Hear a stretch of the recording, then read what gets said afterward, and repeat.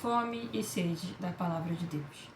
Em Amós 8, versículo 11 está escrito: Estão chegando os dias, declara o Senhor, o soberano, em que enviarei fome a toda esta terra, não fome de comida, nem sede de água, mas fome e sede de ouvir as palavras do Senhor. Os homens vaguearão de um mar a outro, do norte ao oriente, buscando a palavra do Senhor, mas não a encontrarão. Nesse contexto de Amós capítulo 8, o Senhor ele vai trazer uma realidade que é tão atual quanto a época em que essa visão foi dada a Amós. O Senhor, no princípio do capítulo 8 de Amós, nos primeiros versículos, o Senhor Deus ele dá uma visão a Amós de um cesto de frutas maduras, né? Aquele cesto que simbolizava o tempo da justiça de Deus. Simbolizava que a colheita já estava madura. E o próprio Deus disse a Amós que não mais pouparia o seu povo. Nesse cenário, a nação de Israel vivia em extrema corrupção.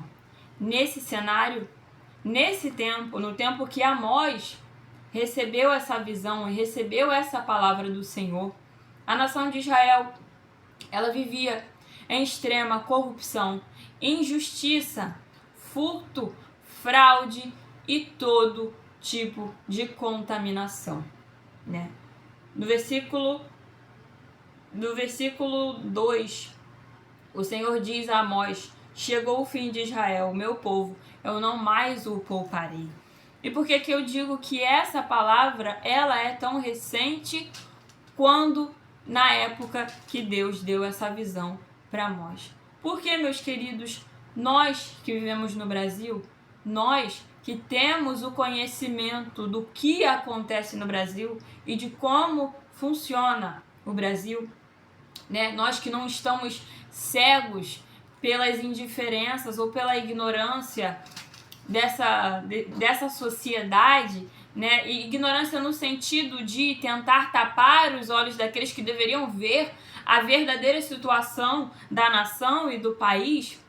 Nós estamos cientes de que o Brasil, desde a sua instauração de república, desde que o Brasil deixou de ser império e se tornou república, desde a primeira Constituição brasileira, em que o Brasil se tornou república, o Brasil tem intrínseco na sua cultura a corrupção, a fraude, a contaminação, a injustiça e a opressão aos pobres. Para vocês que não sabem, o Brasil ele se tornou república por meio de um golpe, né? Não foi de forma honesta, não foi de forma justa, muito menos reta.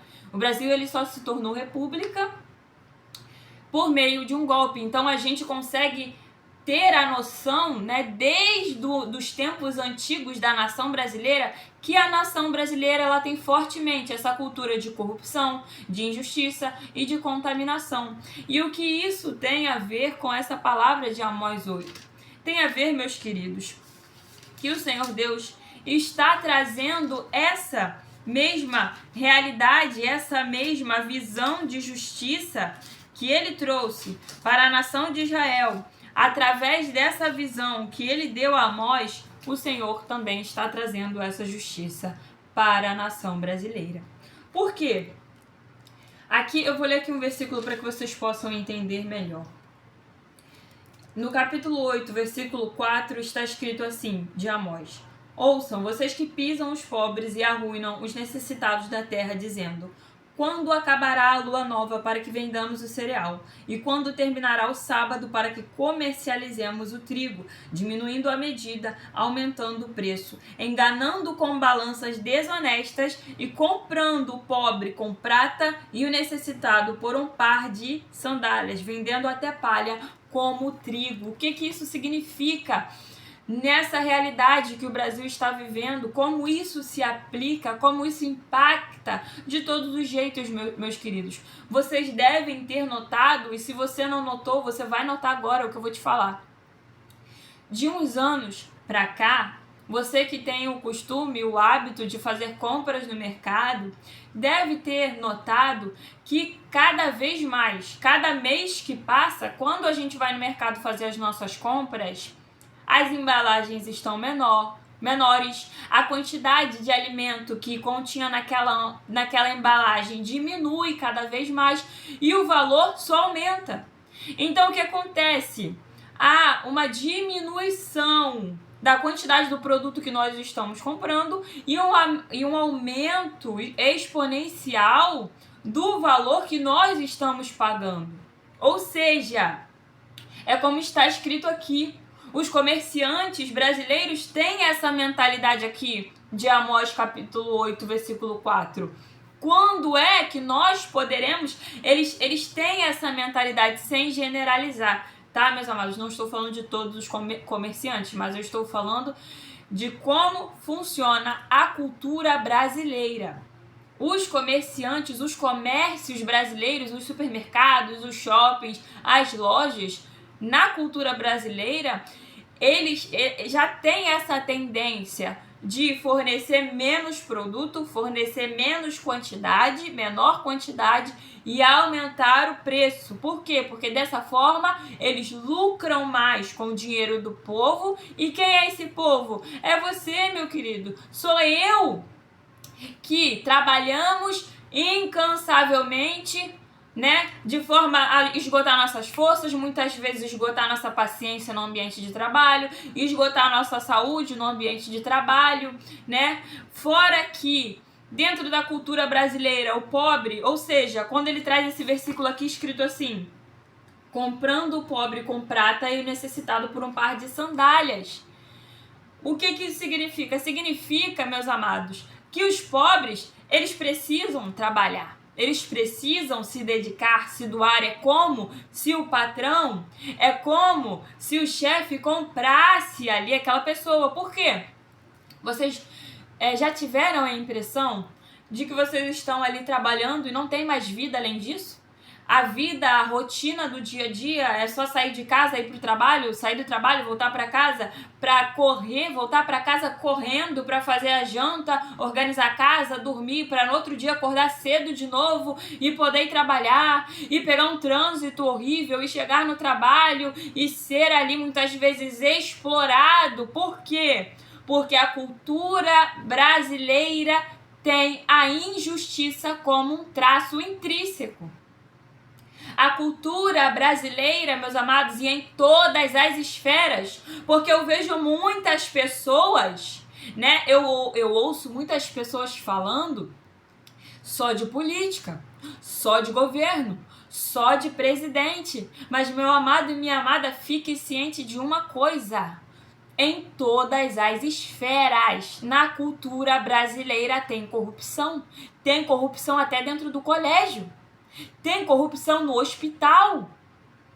Sim, tem corrupção no hospital, tem médico corrupto, tem advogado corrupto. É óbvio que o governo brasileiro, há muitos anos, ele vem se perpetuando a cada vez em presidências e mais presidências corruptas, injustas e que oprimem o necessitado. Oprimem o necessitado de que forma? Vamos lá. A pessoa necessitada, ela precisa trabalhar muito. E aí ela tem necessidades.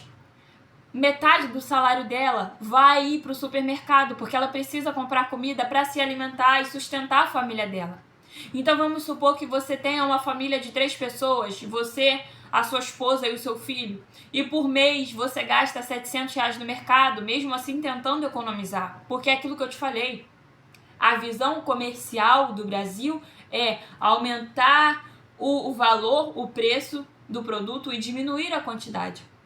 Então, antes, um pacote de macarrão que vinha 700 gramas, hoje vem 400. E o valor aumentou. O valor não diminui. E os salários dos trabalhadores não acompanham a inflação. Os salários dos trabalhadores não acompanham as suas necessidades. Então, o trabalhador, ele precisa se alimentar, ele precisa pagar o aluguel, ele precisa pagar a energia. E o governo brasileiro, não especificamente falando só desse governo atual, porque se vocês forem parar para estudar a história do Brasil, há mais de 150 governos que isso acontece no Brasil. A opressão do necessitado por meio de impostos absurdos e desproporcionais. Meus amados, para vocês que nunca notaram isso, a gente paga imposto quando a gente compra comida, a gente paga imposto quando a gente compra um tênis, a gente paga imposto para um carro que você comprou com seu dinheiro, mas você tem que pagar o imposto do seu carro, para sua casa que você comprou com seu dinheiro, mas você tem que pagar o imposto da sua casa que você comprou com seu dinheiro e ralou e suou igual um condenado para comprar a sua casa. A gente paga imposto para comprar sofá, geladeira. Os tributos, eles estão em todos os lugares. Na conta de luz, na conta de água, na conta de energia. Se você for olhar o tanto de tributo que tem, a porcentagem de tributo na sua energia, vou dar um exemplo. Aqui em casa, a conta de energia, ela veio no valor de R$240. Mas o consumo de energia foi só 136. R$104 era só de imposto. Ou seja, R$104 é só imposto. Eu não usei isso de energia. Eu estou pagando para o governo. Então, meus amados, a gente consegue entender que em todas as esferas, saúde principalmente, tem desvio de medicamento, desvio de fundos que era para comprar máquinas novas para UPA, para o hospital público, para a maternidade. Esses valores, eles são desviados. Ou seja, eu vou te despertar para uma realidade agora, você que está me escutando agora, você que acha que é só na presidência, só no plenário, só na Câmara dos Deputados, dos senadores que tem corrupção, eu vou te dizer que até no postinho que você se consulta tem corrupção. Até no borracheiro que você leva o seu carro para consertar o seu carro tem corrupção. Até o supermercado que você vai todo mês para fazer suas compras tem corrupção. E por quê? Até na sua empresa que você trabalha, lá na área da contabilidade, quando vai montar o contra-cheque de cada funcionário, quando vai montar a verba rescisória daquele funcionário que foi mandado embora, tem corrupção, tem injustiça. E por que tem corrupção e tem injustiça? Porque isso é uma coisa que é da cultura brasileira, infelizmente, meus queridos, infelizmente, tá? É infelizmente que eu falo isso. Por quê? Porque não deveria. Porque não deveria. O brasileiro, ele não deveria ter essa cultura de vou dar um jeitinho, de é só pagar um pouquinho a mais para resolver. Por quê? Porque isso é corrupção. Resolver as coisas que deveriam ser resolvidas por meios legais, através de dinheiro, chantagens ou vantagens, é corrupção. Irmãos, eu vou compartilhar com vocês aqui uma coisa simples, um breve relato simples, mas que também, por mais bobo que possa parecer, é a corrupção. Nós sabemos que os prestadores de serviços aqui no Brasil, principalmente no Rio de Janeiro, eles têm uma má vontade terrível. Por quê? Porque eles já foram, em sua maioria, a maioria deles, já estão acostumados a receberem propina e suborno para realizar o serviço deles. Então, eu estou falando aqui da empresa de gás encanado, que eu não vou falar o nome, da empresa de energia elétrica, tá? Por exemplo, essa empresa de gás encanado, ela vai na sua casa para fazer a vistoria, para poder liberar o gás para você utilizar na sua casa. Mas o que acontece? Como a maioria deles já estão acostumados a receber propina e dinheiro para poder liberar esse gás, eles ficam inventando motivos que não existem para não liberar o seu gás. Até você virar para ele e falar: amigo, quanto é que você quer? Me fala, quanto é que você cobra para liberar o meu gás? Porque não tem nada de errado com o meu endereço, não tem nada de errado com o meu encanamento, não tem nada de errado com o meu nome, e você está criando motivo sem existir. Vocês entendem? É um exemplo simples, mas que isso também é corrupção. Isso reforça o caráter corrupto do brasileiro. Então nós precisamos, irmãos, sinceramente, isso é uma coisa que Deus não se agrada não, tá? Isso é uma coisa que Deus olha com nojo. Corrupção, contaminação, esse negócio de eu vou dar um jeitinho, é só pagar um dinheirinho a mais pra fulano de tal, no Detran. É só pagar um dinheirinho pro rapaz do Detran liberar meu carro. Irmãos, vocês ficam achando que Deus não se importa com isso? Se vocês estão achando que Deus tem coisa mais importante do que se preocupar com eu pagando o rapaz do Detran para liberar meu carro todo ilegal. Vai achando. Meus amados, Deus é justo em plena medida. Deus não vai fazer só justiça pro pedófilo que está cometendo violência contra a criança, não. Deus não só vai fazer justiça contra aquele agressor de mulheres que está sendo agressivo e causando dano na vida das mulheres, não. Deus vai fazer justiça, irmãos, em todas as esferas. Não importa qual tipo de corrupção e contaminação você tenha cometido. E caso você tenha cometido algum desses que eu estou te falando, que podem parecer exemplos bobos, exemplos pequenos, mas que para Deus é sujeira, trate de pedir perdão para Deus e não fazer mais isso, sabe? Trate de conversar com o Senhor, de falar que você não sabia, que isso era corrupção, que isso era contaminação, que o Senhor não se agrada disso. Se conserte, não faça novamente, tá? Então, Deus, ele tem olhado, irmãos, para o Brasil e ele tem visto toda a corrupção, toda a contaminação, toda a injustiça, sabe? Toda a injustiça de que tem gente, muitas pessoas que são exploradas em trabalhos só para sobreviver, para poder pagar o aluguel, comprar comida e não sobra dinheiro para mais nada. Então Deus vê como as pessoas são humilhadas, exploradas dentro das empresas, dentro dos meios, dentro dos comércios, tá? E Deus não compactua com a injustiça. Deus não compactua com a injustiça, meus amados. Deus tem visto, irmãos, o mais grave de tudo, meu Deus, o mais grave de tudo. Injustiça e corrupção dentro da igreja. Pastores recebendo dinheiro dentro da igreja para colocar outra pessoa no cargo de presbítero, para colocar alguém no cargo de diaconisa, sendo pago e ungindo gente a presbítero só porque foi pago, ungindo gente a diaconisa, a missionária só porque foi pago. Irmãos, isso é muito grave. Isso é muito grave. De Deus não se zomba. O altar do Senhor é santo. Você não pode ficar achando só porque você é pastor, só porque você é pastora, que você pode ungir as pessoas a cargos que Deus não te mandou só porque as pessoas te deram dinheiro, te deram presente, te deram carro.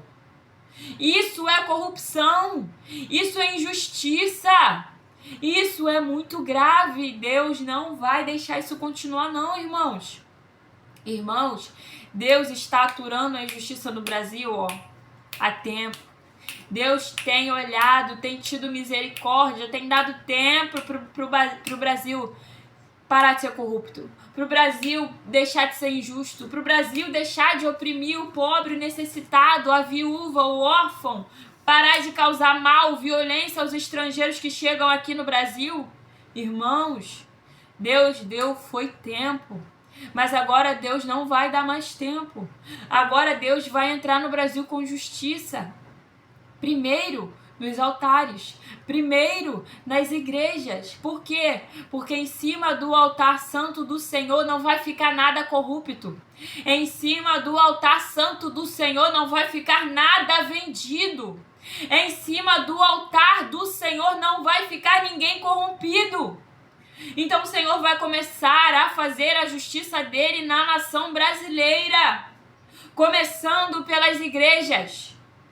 Começando pelas igrejas e depois os governos e depois os comerciantes que adulteram as balanças, que cometem fraude nas suas caixas registradoras para roubar o dinheiro dos outros. Irmãos, outra coisinha aqui que eu quero compartilhar. Tiveram algumas pessoas que eu conheço, e eu também fiz isso, nessa questão de caixa registradora que tem aquela balança no caixa. Nós fomos comprar alguns produtos no Hortifruti, né, na feira, e aí quando foi passar no caixa, a balança ela estava adulterada. E como eu sei? Porque a gente tem uma balança aqui em casa e outra pessoa que eu conheço fez o mesmo. E aí lá no caixa registradora do comércio, né, deu, por exemplo, 700 gramas de cenoura. E aí quando eu cheguei aqui em casa, irmãos, eu pesei na minha balança, tinha 400 gramas. Só que o que acontece? O comerciante, ele adulterou a balança dele para o caixa registradora pegar mais dinheiro, computar umas gramas acima e tirar mais dinheiro. Aí vocês param e pensam, o quanto de gente não deve ter pagado além do que comprou? O quanto de gente por dia que aquele comércio não pesou os alimentos e recebeu além do que a pessoa realmente estava levando. O quanto de gente não está sendo roubada por comércios que estão fazendo isso. E olha, eu vou falar, irmãos, tem muito comércio fazendo isso, porque eu fui em 3 diferentes e os 3 isso aconteceu, tá? Precisou encontrar um de confiança que isso não acontece, tá? E outra pessoa que eu conheço próxima a mim também fez a mesma coisa no mesmo comércio que eu fui.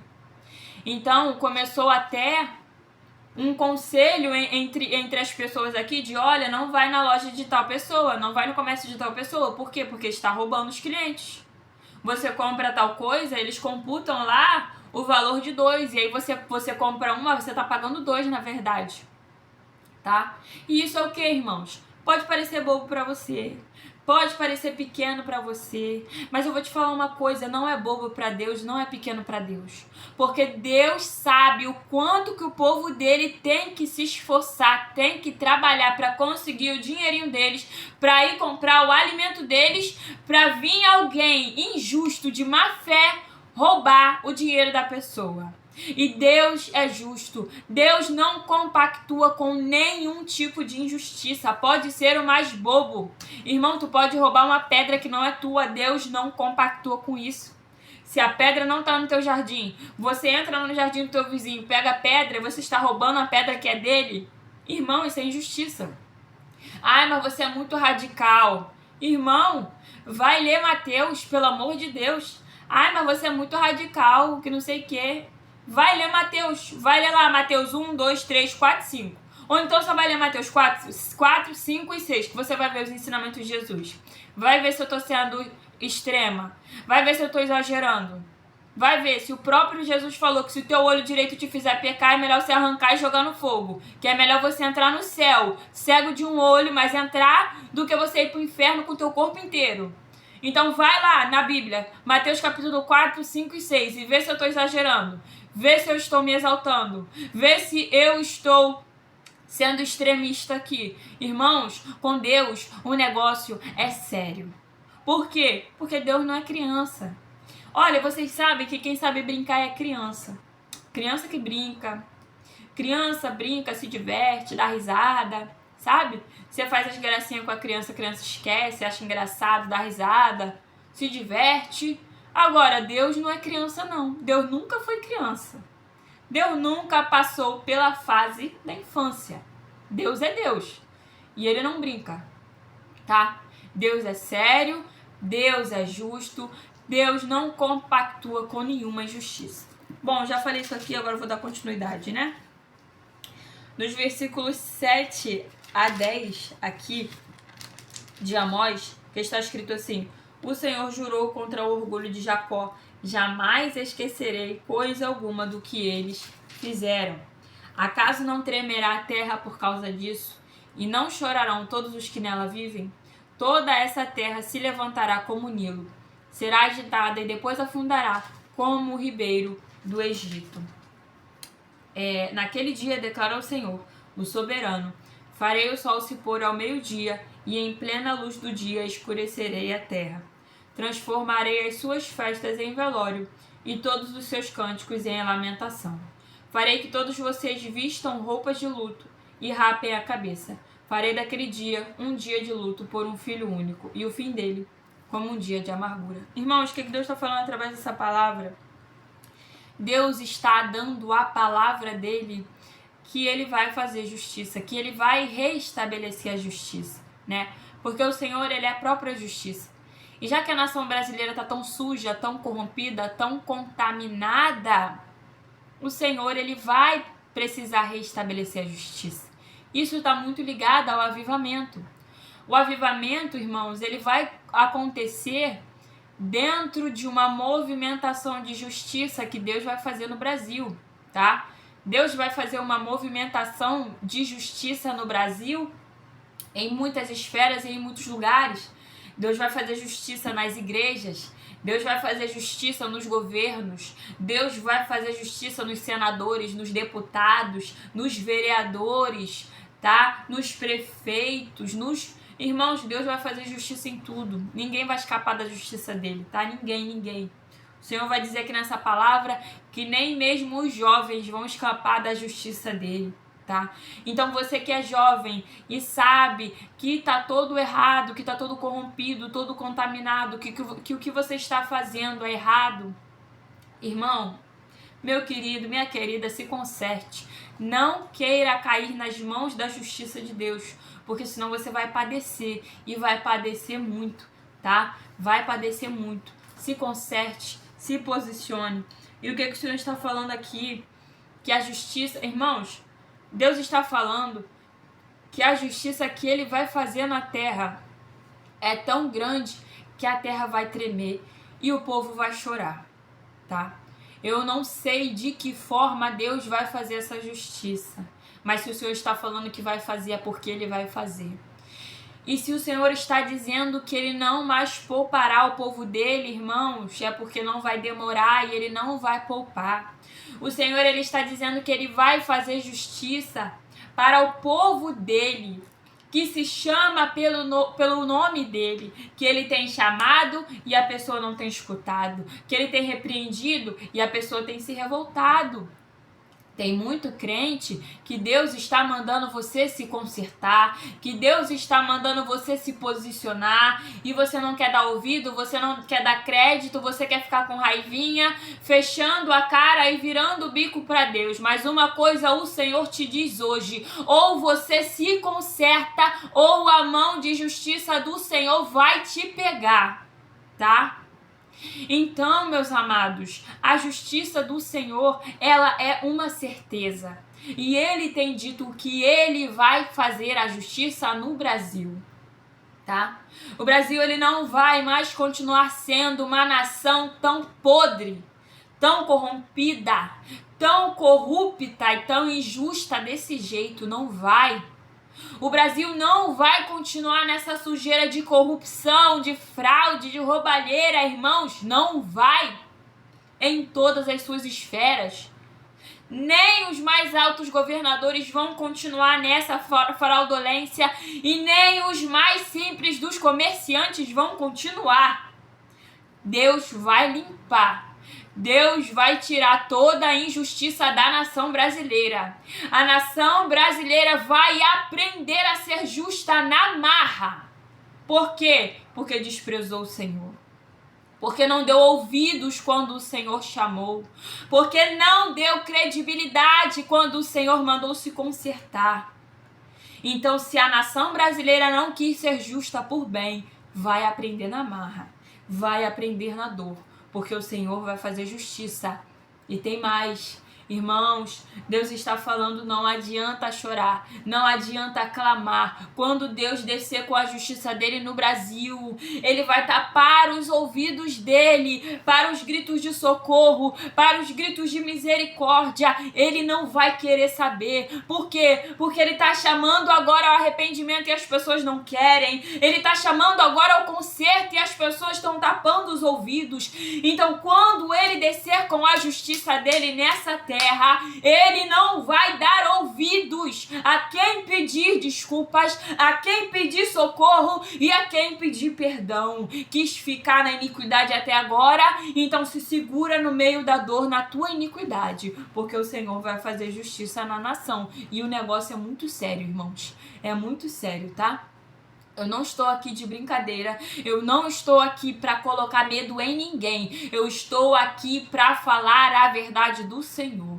E o negócio é sério, porque Deus não brinca e o Senhor não abre a boca dele em vão. O que ele fala, ele cumpre. Amém? Irmãos, dando continuidade aqui, nos versículos 11 e 12, que é o foco, o versículo inicial que eu li aqui nesse vídeo, estão chegando fome e sede da palavra do Senhor nessa terra. Irmãos, é o seguinte que o Senhor fala através dessa palavra. Muitas pessoas rejeitaram, desprezaram e cuspiram diante das palavras e dos servos do Senhor, das servas do Senhor que Deus enviava para entregar uma palavra, uma mensagem. Hoje, meus amados, nós temos a livre oportunidade de ouvir a palavra do Senhor, de ler a palavra do Senhor, de ter uma Bíblia, tá? E tem muitas pessoas que o Senhor diz que Ele enviou, que o Senhor me faz saber, que Ele enviou servos, enviou profetas, usou até mesmo os de dentro da casa da pessoa, para falar, para exortar, para mandar se consertar, para entregar uma palavra, e a pessoa não quis dar ouvido, e a pessoa não deu crédito, e a pessoa desprezou e cuspiu na cara de Deus. E Deus está falando que Ele vai ficar em silêncio, e as pessoas vão entrar num desespero tão grande que vão rodar de um lado para o outro procurando algo da parte do Senhor, mas o Senhor se manterá em silêncio. Irmãos, vai ter pessoa tão desesperada para ouvir qualquer coisa da boca de Deus, até mesmo uma repreensão, até mesmo uma palavra de castigo, mas o Senhor está falando, nem isso você vai ter de mim, porque quando eu falei você não me ouviu, porque quando eu te chamei você me cuspiu, então agora vocês terão o meu silêncio, diz o Senhor, tá? Agora, meus irmãos, e o silêncio de Deus dói, irmãos. O silêncio de Deus dói muito, irmãos. Você querer uma resposta e o Senhor ficar calado. Você querer um alento e o Senhor ficar calado. Você querer uma direção e o Senhor ficar calado, irmãos, dói. Como dói o silêncio de Deus. Mas isso é a consequência da desobediência. Irmãos, Deus é justo. E a nação brasileira tem sido tão desobediente. E as igrejas do Brasil têm sido tão desobedientes, irmãos. E a consequência dessa desobediência vai ser a justiça de Deus e o silêncio de Deus. As igrejas vão clamar e o Senhor vai ficar em silêncio. As igrejas vão tentar se consertar e o Senhor vai ficar calado. Por quê? Porque Ele enviou muitos servos, Ele enviou muitos profetas para as igrejas dele se consertar, se adireitar, entrar no prumo, deixar de roubar, deixar de se contaminar, fazer o que é certo, fazer o que é justo, deixar de pregar só para agradar o ouvido do homem e pregar a verdade de Deus. Mas o Senhor vai ficar em silêncio, irmãos. E isso é algo muito triste. Tá? E o Senhor está dizendo aqui também, versículos 13 e 14, que essa justiça, há também outro ponto que o Senhor tem se atentado a essa geração no Brasil, é que os jovens dessa geração, irmãos, eles têm erguido um ídolo, sabe? Vocês devem se lembrar que a nação de Israel, né, no Antigo Testamento, ela sempre caía em idolatria com algum ídolo que elas mesmo criavam, né? Elas adoravam outros deuses, deuses estrangeiros, entidades estrangeiras, prestavam cultos e faziam oferendas a esses deuses, se desviando e desprezando o Senhor. E o Senhor, ele tem visto que os jovens dessa geração, eles têm erguido um ídolo chamado o próprio corpo. Irmãos, isso é muito sério. Você que é jovem, preste atenção nisso. O Senhor, ele tem dito que a justiça dele não vai poupar nem os jovens, mas ele vai fazer justiça até mesmo contra esses jovens, né? Nessa geração atual, tem muitos jovens, eu não vou dizer todos, porque ainda tem alguns que se preservam em santidade no Senhor, mas existem muitos jovens que eu estou vendo, e principalmente que o Senhor vê, que estão entregues à vaidade da aparência. E aí o que acontece? Esses jovens estão fazendo do seu próprio corpo físico um ídolo, né? Um altar de idolatria ao seu próprio corpo. Como? De que forma? Vocês vão entender agora o que Deus está falando. Existem jovens desesperados que... Irmãos, existem moças tão bonitas, jovens tão bonitas, sabe? Fazendo cirurgia para tirar a própria costela, fazendo cirurgia para diminuir o tamanho da barriga para ficar com a cintura fina, aplicando preenchimento naquela região para ficar mais acentuada, aplicando preenchimento na região aqui superior para ficar mais acentuada, com um corpo mais sensual, com um corpo mais chamativo. Existem moças e rapazes cristãos que conhecem a palavra do Senhor e que dizem dentro da igreja que o Espírito Santo é o dono do meu corpo, mas que vão buscar meios de deixar o corpo mais atraente, mais sensual, mais provocativo, a fim de despertar o desejo daqueles que estão ao seu redor. E o Senhor tem visto isso. O Senhor tem visto os jovens que estão usando o seu próprio corpo como pedra de tropeço para aqueles que estão na fé. Existem jovens que estão dominados pela sensualidade, totalmente provocadores, com o ego tão inflado que eles querem ser elogiados, elas querem que vejam seus corpos sensuais com curvas acentuadas. Meus amados, o Senhor não se agrada disso, tá? Santidade ao Senhor não é só dentro da igreja, não. Santidade ao Senhor não é você botar um saião até o seu pé, não. Santidade ao Senhor começa no teu coração. A santidade ao Senhor, ela começa na intenção do teu coração. Peraí, pra que eu quero que o meu corpo fique tão bonito assim? Pra que eu quero que as minhas partes femininas fiquem tão acentuadas assim? É a intenção do coração que Deus vê. É a intenção do coração que Deus vê. E é no coração que começa a santidade ao Senhor. Existem rapazes que sabem, que vão em busca de construir um físico mais chamativo para seduzir meninas, para seduzir moças que estão tentando manter um propósito com o Senhor. Assim também como existem moças que estão usando o próprio corpo para seduzir rapazes que estão tentando fugir da imoralidade. Mas, meus jovens, o Senhor, Ele está vendo vocês que estão fazendo isso, tá? O Senhor, Ele não tem se agradado nem uma gota disso, tá? E não adianta você seduz uma pessoa, peca, pede perdão, fala que tá arrependido e na próxima semana você já tá procurando a próxima pessoa que você vai seduzir, tá? Isso com Deus não funciona não, tá? Isso com Deus não funciona não. O arrependimento é transformação de caráter e nunca mais repetir os mesmos erros, tá? Então, meus amados, o Senhor está dizendo que Ele vai fazer justiça a esses jovens também que fazem isso, tá? Por quê? Porque Deus, Ele tem levantado no Brasil uma geração de jovens eleitos. E o que Ele quer desses jovens? Posicionamento, obediência, santidade e renúncia, tá? E como eu falei, os jovens dessa geração que Deus está falando, eles estão idolatrando mais o físico deles.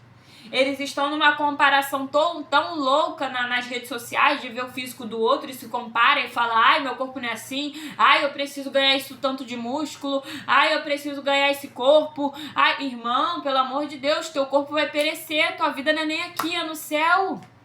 Irmãos, corpo é perecível e o teu espírito que é eterno. Você vai ficar cuidando do teu corpo até quando e vai ficar se esquecendo do teu espírito até quando? O teu espírito, ele vai para o céu, ele vai viver para sempre. Mas o teu corpo não. O teu corpo, quando o teu espírito for tirado dele, ele vai virar pó, ele vai virar nada. Ele vai se decompor. Pra que você tá nessa idolatria tão grande com o seu corpo se ele vai se decompor um dia? Pra que você tá nessa loucura e ainda tem a coragem de usar versículo da Bíblia dizendo: ah, mas o meu corpo é templo do Espírito Santo, eu tenho que cuidar. Justamente pelo fato do teu corpo ser templo do Espírito Santo que você não pode ficar usando da sensualidade para seduzir os outros. Justamente pelo fato do teu corpo ser templo do Espírito Santo que você não pode transformar o teu corpo em uma peça de carne para ficar balançando na frente de quem tá com fome. Irmãos, pelo amor de Deus, olha, eu tô cansada desse evangelho açucarado que não transforma o caráter de ninguém. E é por isso que eu vou até Jesus me levar, até Jesus tirar minha vida. Eu vou falar a verdade sim, você gostando ou não. Porque eu estou cansada desse evangelho açucarado que tem enviado um monte de gente pro inferno.